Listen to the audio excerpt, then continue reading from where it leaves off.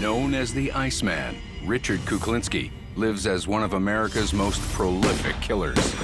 Kuklinski admitted to killing over 200 people while raising a middle-class family in the suburbs. I always believed that there was going to be someone that was going to come in and save us, and they never came. But while the Iceman works hard to become an expert in his field, Kuklinski, to hone his skills as a killer, would kill people on the street just for practice. his daughters struggle to survive their ruthless and unpredictable father.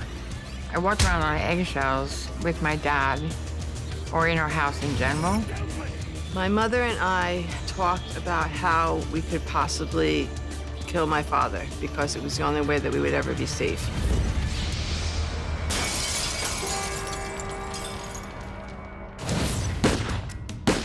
For Richard Kuklinski, killing is an art form. His favored method of body disposal earns him the nickname the Iceman, and is also the title of the 2013 film about his life, starring Michael Shannon and Winona Ryder. Kuklinski spends decades working as a contract killer, all the while living what appears to the outside world as a normal middle-class life in the New Jersey suburbs. Richard and his wife Barbara are parents to a young boy and two daughters, 7-year-old Kristen and 8-year-old Merrick. My mom said that when I was born and he picked me up, that there was an instant bond. He would sleep next to me, make sure I kept breathing through the night. So he was extremely compassionate. My father was a mountain. He was just bigger than life. And I think more than his physical he just had an aura about him. Richard tries to give his children the childhood he never had.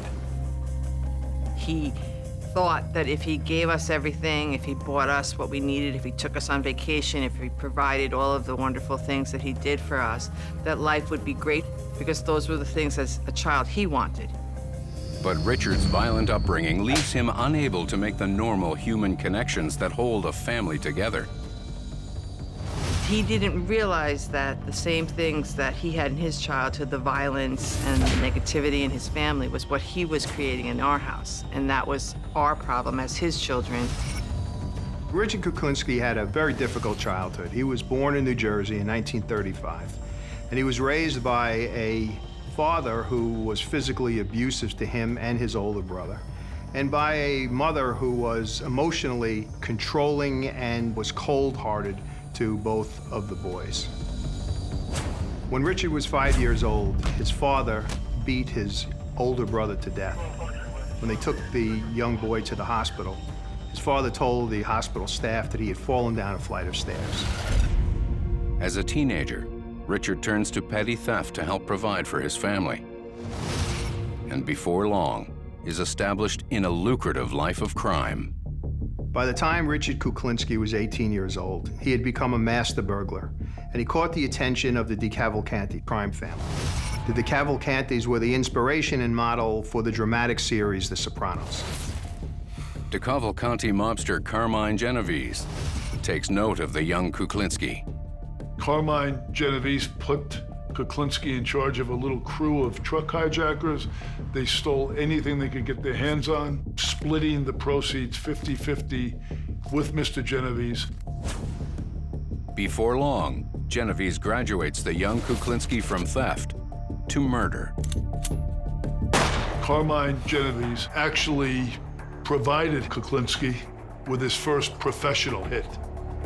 It really took nothing to get Richard Kuklinski to commit a murder. He asked no questions whatsoever and became very adept at killing very early on. So that really set the course for the rest of his life. With his first professional kill, Kuklinski discovers he has a knack for murder. But when Carmine Genovese is sent to prison on gambling charges, Richard's contracts run thin.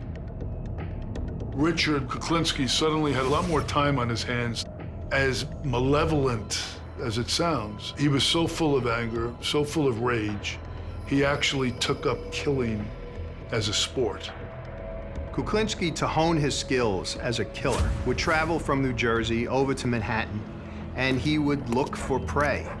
and he would kill people on the street just for practice.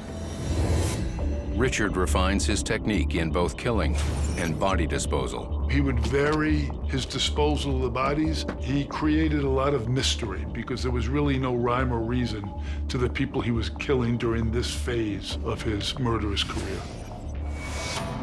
One of Kuklinski's favorite methods of disposal cements him in American folklore.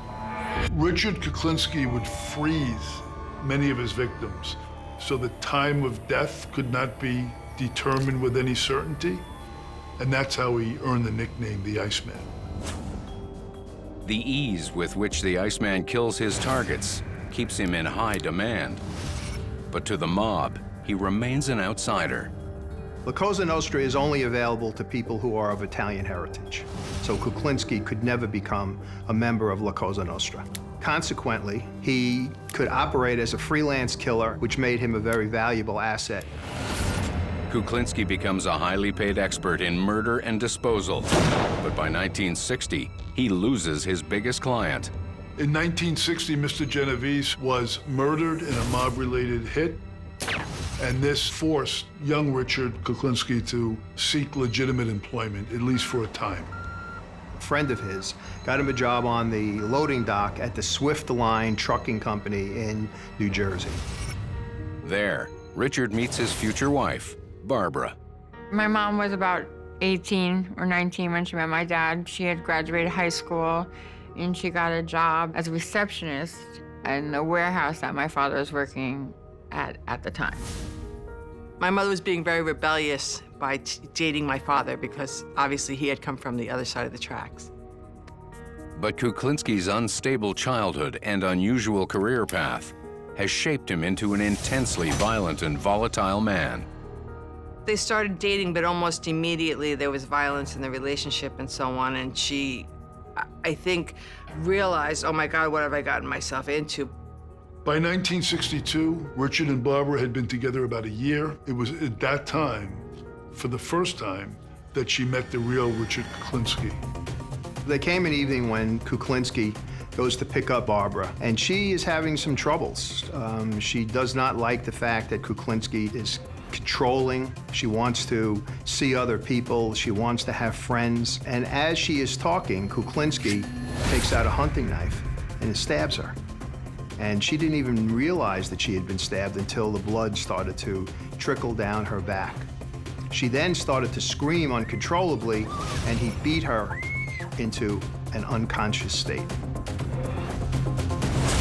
The next day, Richard showed up at her workplace, and he told her that if she did not take him back, he would kill her. And she felt as if she had no choice. It was either marry him and live, or decline his advances and very likely die. There was no one to save her because he was really scary. Everyone was afraid of him. Over the next decade, Richard and Barbara settled down to what seems like a normal middle-class life in suburban New Jersey. But young daughters Merrick and Kristen have no idea that their father truly makes his money through a variety of criminal activities, including bootlegging, theft, pornography, and contract killing.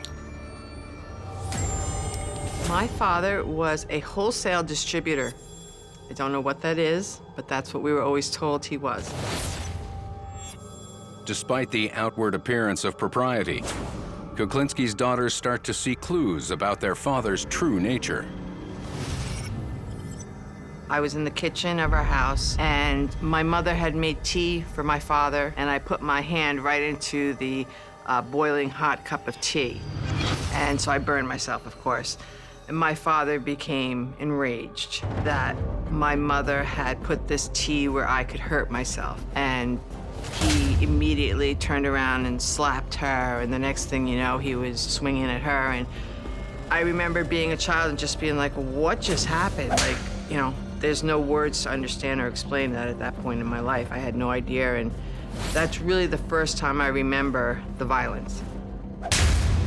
Life in the Kuklinski household is far from the perfect family experience Richard desires.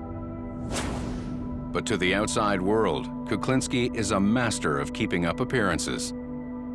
My father was very big on taking out the motion picture camera. It was very important for him to have these memories like as proof. Like, see, this is my family. See, look at the smiles. We're all really happy. Look how good my kids are dressed. Like, this is great. Look at my car. It was all very important things for him to show. Away from the camera's gaze, the Iceman continues to hone his art. In September of 1972, Kuklinski was given a contract, a rather unusual contract, to kill someone.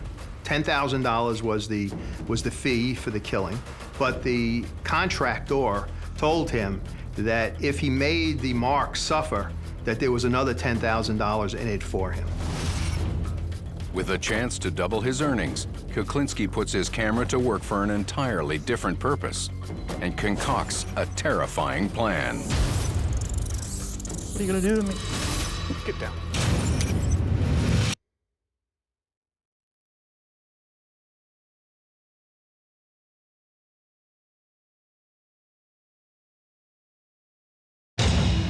Richard Kuklinski is the Iceman, a thief, contract killer, and all-around dangerous man.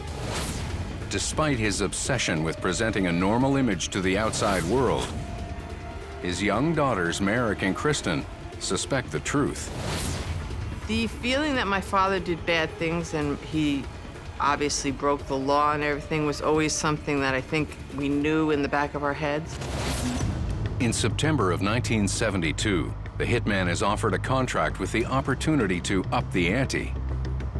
$10,000 was the fee for the killing, but the contractor told him that if he made the mark suffer, that there was another $10,000 in it for him. Kuklinski approaches the contract like the professional that he is, but with a new level of morbid creativity.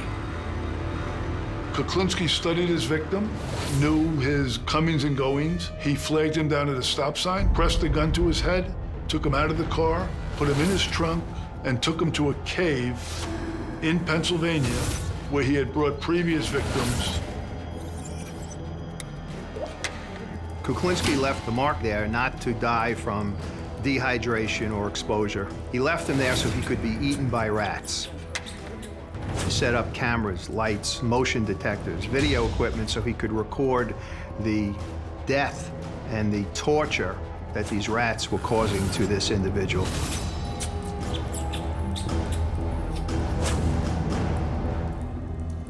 Kuklinski leaves the cameras running and goes home to his wife and family. After 4 days, Richard returned to the cave, noticed that all that was left was disjointed bones of the victim. All of his flesh had been eaten. He packed up his photographic equipment and left the body. So in fact, Richard did double his money. He took the video back to the person who had contracted him, showed it to him. The contractor was horrified, but paid him the money nonetheless. The Iceman's reputation as a ruthless killer spreads across the organized crime community. And with constant employment, the money keeps rolling in. His family reaps the rewards. We had the nicer things in life. We drove nice cars. We went to good schools. Everything was perfect from the outside. It all appeared to be a wonderful life. But Merrick and Kristen know to be on high alert because of their father's mood swings. He suffered from depression, and I don't think that he was ever diagnosed as having depression. And maybe he was bipolar or whatever, but I don't think he ever went to a doctor because he was afraid going to a doctor that they would see into his brain and know how twisted he was. He would go into his bedroom and he would lay in the dark and he would always complain of having a headache. He would write with a black marker on the walls, like, "You're so stupid," and "You're a jerk," and things like that, write in big letters across his bedroom walls. Without warning, depression would change to uncontrollable rage. When he would be raging, he would punch himself in the head, and you could actually see he would be so red in the face, and his blood vessels would be popping out, and he'd hit himself, and you'd see the vibration that he would hit so hard.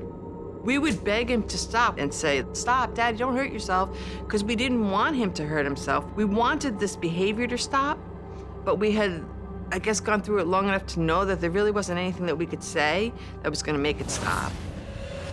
I walked around on eggshells with my dad, or in our house in general. I think I still walk on eggshells. Like, I don't think I really know how not to. God, I haven't thought about that in a long time. And, I'm sorry. As Merrick gets older, the special bond between Richard and his firstborn grows stronger, and Merrick takes on the unexpected role of confidant.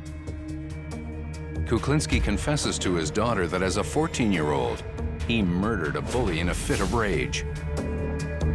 My dad, when he was younger, growing up, he was very tall. His clothes didn't fit right. So there were neighborhood bullies. They used to like push him to the ground and call him names and so on and so forth. And then he explained that he was going in his house, go to hang up his coat, and saw the coat rod and just took it out. And then it turned into that he used the rod to kill the boy.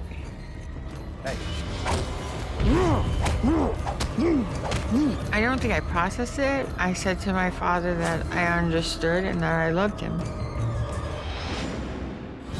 As Merrick learns more about her father's murderous past, Sister Kristen falls into the role of protector.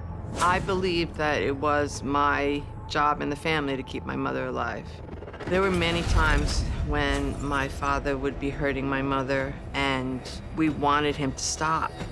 So at one point I stood in between him and my mother, and he was right in my face and he said, "Kristen, I'm going to ask you to move." And I said, "But Daddy, you know I can't. I don't want you to hit Mommy. I want to, protect Mommy." And he said, "I'm going to ask you one more time, Kristen." And I said, "I can't do that, Daddy." And he put his hands on both my arms and just picked me up and put me like 3 feet to the side and put me back down and then proceeded to hit my mother. So it was like I wasn't even there. I may have slowed him down. That was about it. With Kristen helpless to protect their mother, Merrick continues to be burdened with their father's morbid confessions. I think I was 13, and he said, "Mary, if it goes too far and I ever kill your mom, that I would have to kill all of you." And that he wanted me to know that I would be the hardest because of our relationship. And I said,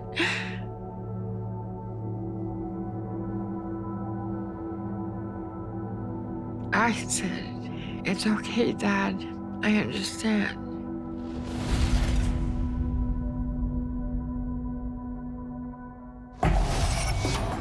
With his unusual lifestyle, Kuklinski has few friends, except for fellow crook, George Malaband. George Malaband was close to being a mountain like my father. He was another man who I remember thinking, "Oh my God, he's almost as big as my father." Unfortunately for Kuklinski, his friend has a serious problem. George Malaband was a degenerate gambler, and he was into various loan sharks for gambling debts totaling about $35,000. He actually went to Kuklinski for help, and when he was overextended, Kuklinski was able to get him a $35,000 loan from the Gambino crime family at the friend's rate of interest. But Malaband soon stops making payments on the loan, and the Gambinos are not happy. He's into the Gambinos now for the $35,000. So it was Kuklinski's reputation now on the line. When the Gambino family starts leaning on Richard to sort out his friend's debt, Kuklinski invites Malaband to go for a drive to discuss the situation. Malaband's cockiness got the better of him. When Richard Kuklinski told him that the Gambinos wanted their money, Malaband very foolishly told Kuklinski they were not going to hurt him because he knew where Barbara and the kids lived. It was the worst mistake he ever made. Kuklinski pulled over the car. He was shot 5 times right there and killed. The professional hitman has made an impulsive kill. And his mistake will lead authorities right to his front door.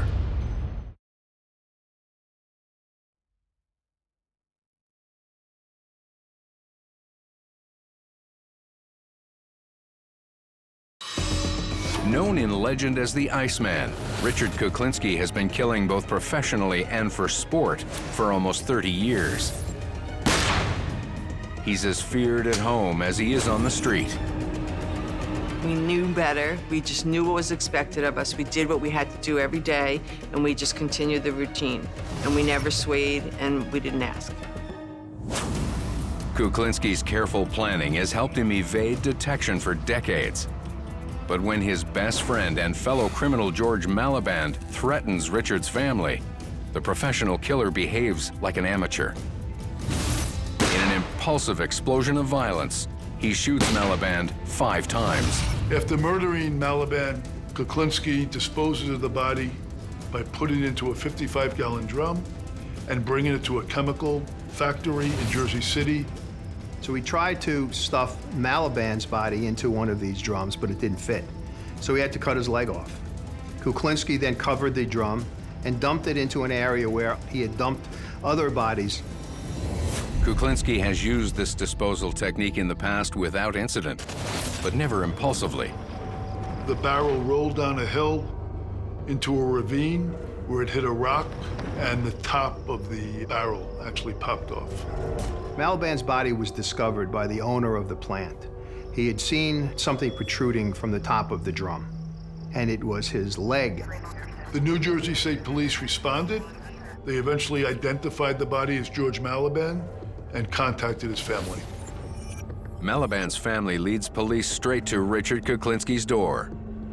The police interviewed Mladinich's brother, who told them that Mladinich was supposed to be with Richard Kuklinski that day. When detectives come knocking, Kuklinski succeeds in throwing them off his trail. And inside the Kuklinski house, it's don't ask, don't tell. It was just one of those things you just knew. It was like, you don't ask my father questions, well, you just never mention George's name again. Because all of a sudden, George was like taboo. Narrowly escaping detection, Kuklinski vows to move forward more carefully. By the 1980s, the Iceman expands his criminal enterprise once again. In the early 1980s, Kuklinski started a breaking and entering ring with 4 other men, Al Rinke, Gary Smith, Danny Deppner, and Percy House, and they were stealing anything and everything. Kuklinski turns to an old ally named Phil Solimene to sell his stolen goods. Phil was an acquaintance of Kuklinski who had a store that was basically a fencing operation. He bought stolen goods. Phil Solimene sold a little bit of everything, I believe is how my father explained it. Because you'd say, well, what kind of store is it? And he goes, oh, well, Philly sells a little bit of everything. Business is good, but Kuklinski's crew executes so many robberies, the police take note. In 1981, they start an official investigation. The effort to solve the rash of burglaries was headed up by a New Jersey State Police detective named Pat Kane. Unaware of the increased police scrutiny, the Iceman grabs an opportunity to make some quick cash by robbing a wealthy criminal. Louis Masgay was the owner of a variety store in 44th, Pennsylvania, and he carried around a wad of money with him all the time so he could buy cheap stolen goods. On July 1st, 1981, Kuklinski lures Masgay to Phil Solimene's store. After shooting their victim, Richard and his accomplice put the body on ice. They put the body into an ice-cold well, put a tire over the well, and then on top of that, they put plywood and cement. The plan pays off. At the time of his murder, Masgay is carrying $90,000 in cash. So Kuklinski and Solimene stole that wad of money that he carried around with him, and they split it. So there was a good payday for them. But the Iceman's decision to include his partner in the murder comes back to bite him when Solimene brags about the story to the members of the B&E crew. By July of 1981, everybody in the breaking and entering crew knew that Kuklinski, without doubt, was a ruthless killer. When Al Rinke is arrested during a robbery, Kuklinski is at risk. Rather than face jail, Al Rinke decided to become an informant for the police. Rinke gave up the name of everybody in the crew, but when it came to Kuklinski, all he said was the leader of the crew was someone named Big Rich. By now, Rinke was aware of how ruthless of a killer Kuklinski was, and he knew that by telling the authorities, that would be like signing his own death warrant. But with the identities of the other crew members now revealed, authorities move in. In October of 1982, New Jersey police detective Patrick Kane secured a number of indictments against Percy House, Danny Deppner, and Gary Smith. And as a result, warrants for their arrest were issued. Percy House was the first one arrested, and once he was arrested, Kuklinski knew that it was just a matter of time before the police came for him and the rest of his crew. The Iceman once again calls on his ingenuity and creativity in the art of murder. Like the mysterious Kaiser Sose in the film The Usual Suspects, he devises a plan to guarantee the remaining crew members take his identity to their graves. Kuklinski convinces Gary Smith and Danny Deppner to hide out in a local motel and await instructions. Either of these two guys could have reported Kuklinski to the authorities for the Mazgay murder. Kuklinski figured that Gary Smith was the most likely to turn if he was arrested by the police. Once he has Deppner on board, Kuklinski puts his plan in motion. Kuklinski had all sorts of ways to kill people. He utilized many. He liked cyanide because it worked very fast. It didn't leave a mess. Richard picks up burgers from a local fast food restaurant, ensuring that only one is served without pickles.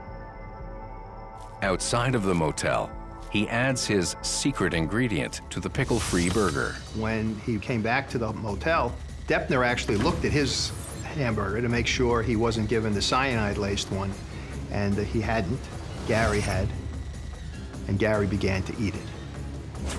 Richard Kuklinski has evaded authorities for decades and will stop at nothing to ensure that doesn't change.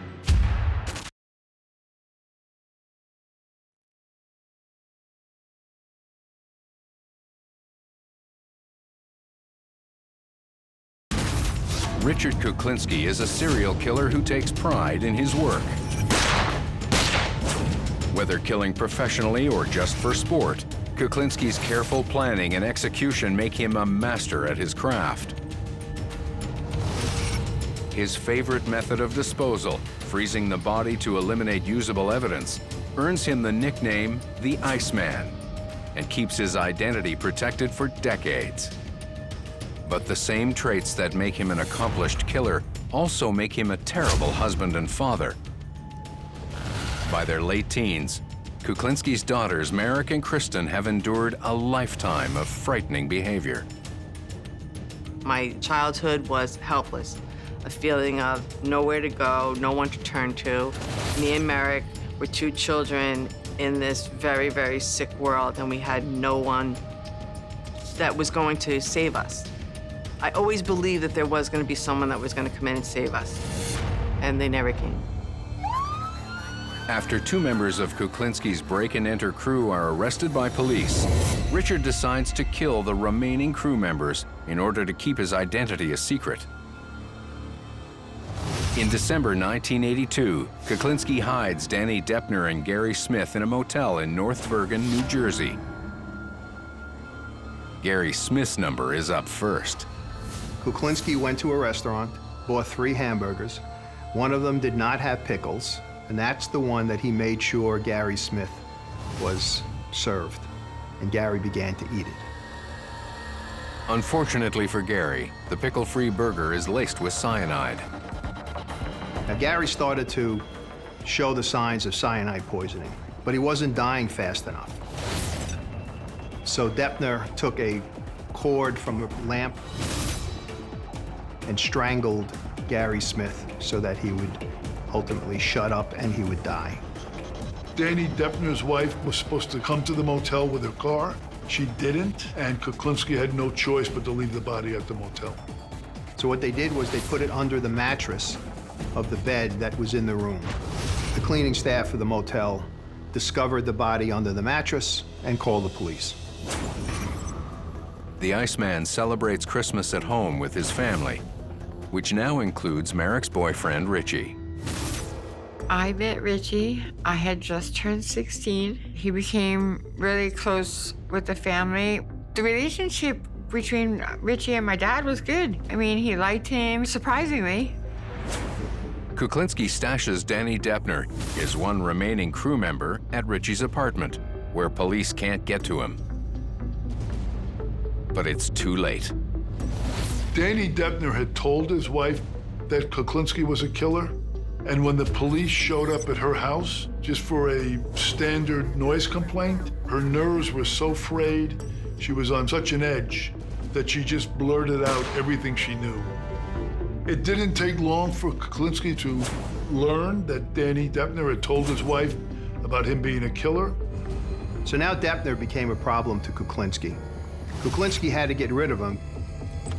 Never suspecting he might suffer the same fate as his crew member, Deppner accepts Kuklinski's offer of a free meal.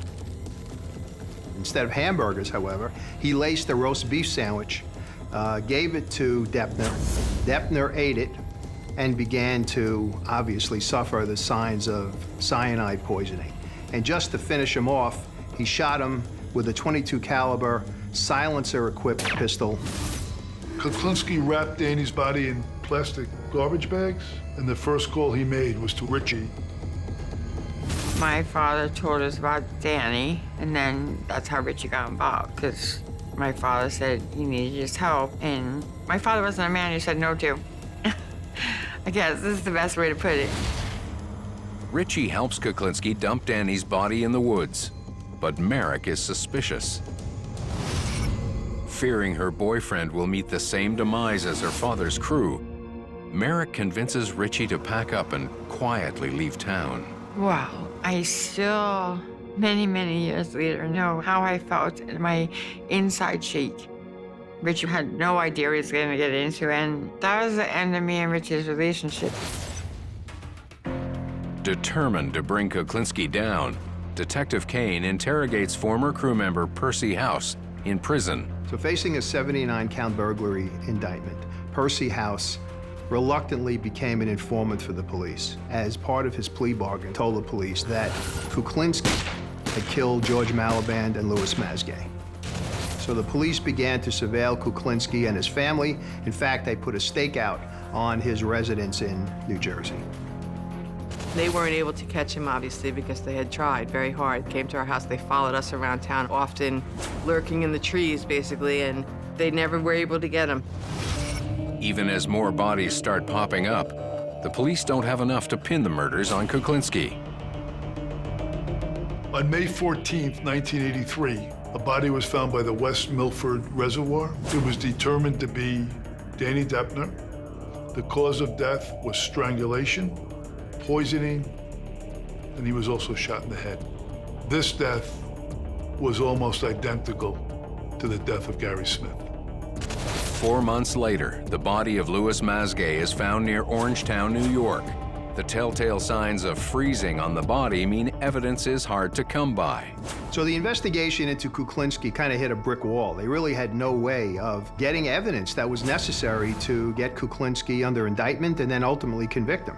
So they came up with the idea of introducing an undercover agent to Kuklinski. They felt that if they introduced someone to Kuklinski, that someone would be able to get enough information to be able to indict and ultimately convict Kuklinski. An ATF officer is assigned to pose as a low-level hoodlum named Dominic Provenzano. But over 18 long months, the operation proves fruitless. Provenzano was introduced into the Kuklinski operation as a gun dealer, someone who could sell stolen pistols and rifles, etc. The undercover operative was having a very hard time establishing a relationship with Kuklinski. One of the methods in which he tried was by baiting him with the availability of weapons. But Kuklinski did not take the bait. Eventually, Kuklinski's family reaches a breaking point. We didn't have a hope of getting saved because they had been tracking him for so long and they couldn't get him on anything. So what were we supposed to do? How were we supposed to stop him? These were strong men with power and they had all this intelligence. So if they couldn't stop him, what were we gonna do? The stress of living with the unstable killer becomes too much to bear. My mother and I, a number of times, talked about how we could possibly kill my father because it was the only way that we would ever be safe. So we tried to think of things that we could do, and it had to be a guarantee because we would never have a second chance. So at the time, my mother was like, that's it.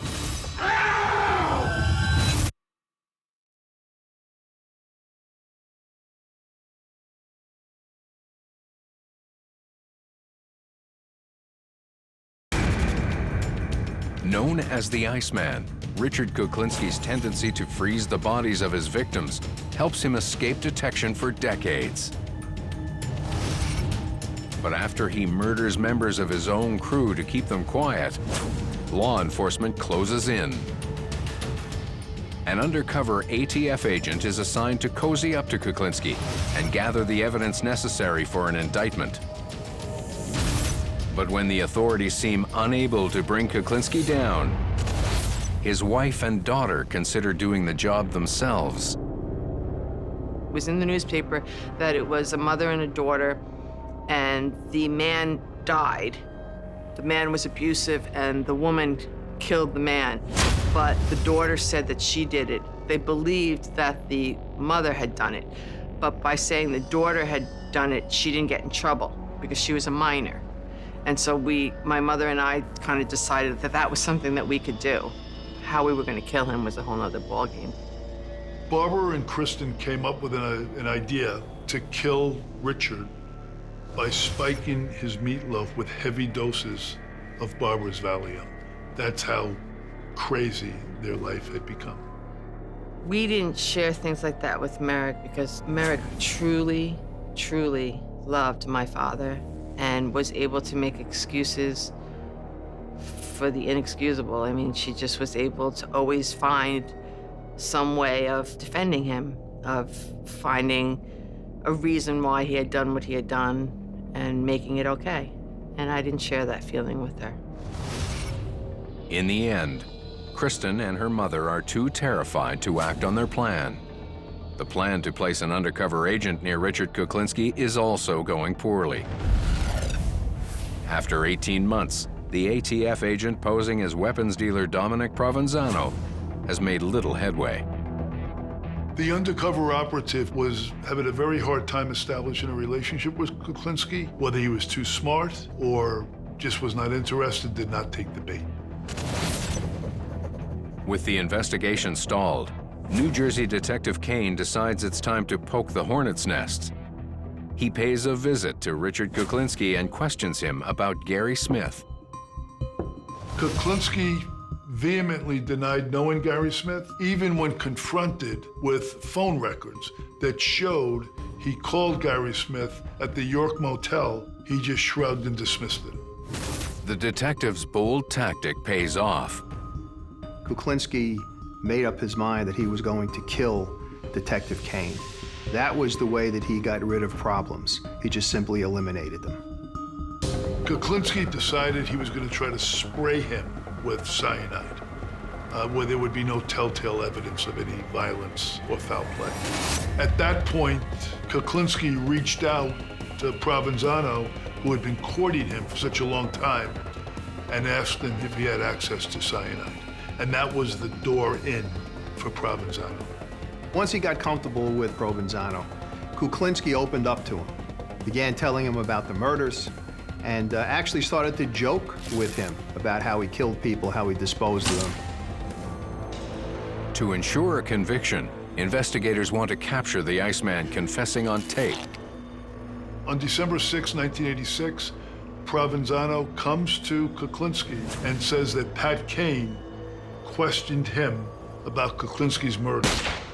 Kuklinski shrugs it off and says if they had any evidence against him, they would have arrested him already. And then he proceeds foolishly to tell Provenzano about the murders of Gary Smith and Danny Deppner. The authorities had enough to arrest, indict, and convict Richard Kuklinski. On December 17th, 1986, police move in on Kuklinski in his suburban New Jersey neighborhood.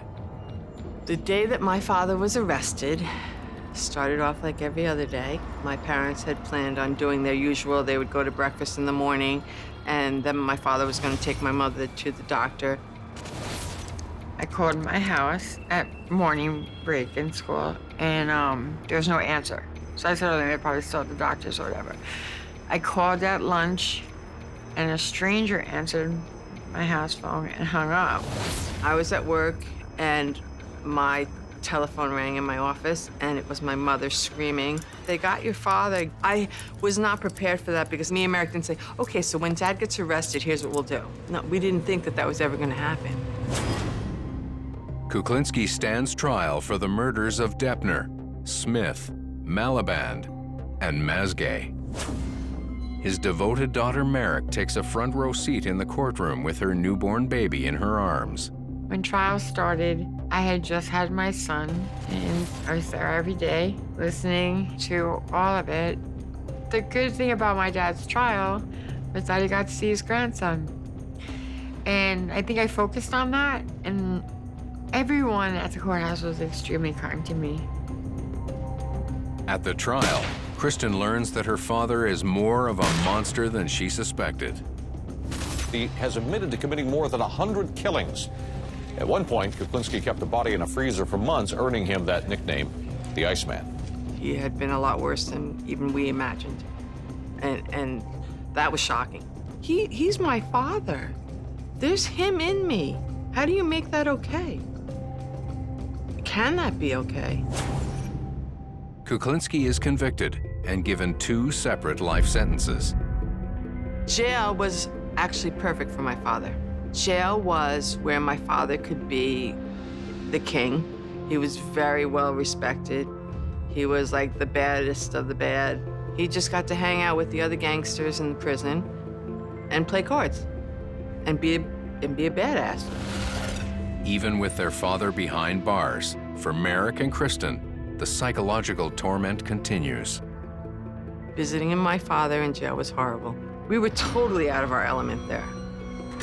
We were like the big news, so everybody would be like, that's the Iceman's family. Oh, look, you know, and it was like we were on display. When we went to visit him, his exact words actually were, see all of, he meant the guards, they have guns and stuff. He said, I'll get to you before they ever get to me.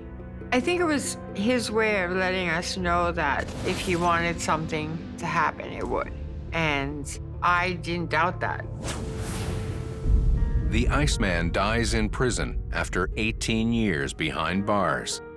But before his death, he gives a stunningly detailed account of his murderous past. In his final interviews, Kuklinski admitted to killing over 200 people, said he never felt a pang of remorse or guilt, said he killed as easily as he belched, and the only time he displayed any emotion whatsoever, any trickle of humanity, was when he was talking about the harm he did to his children and the pain that he caused his children.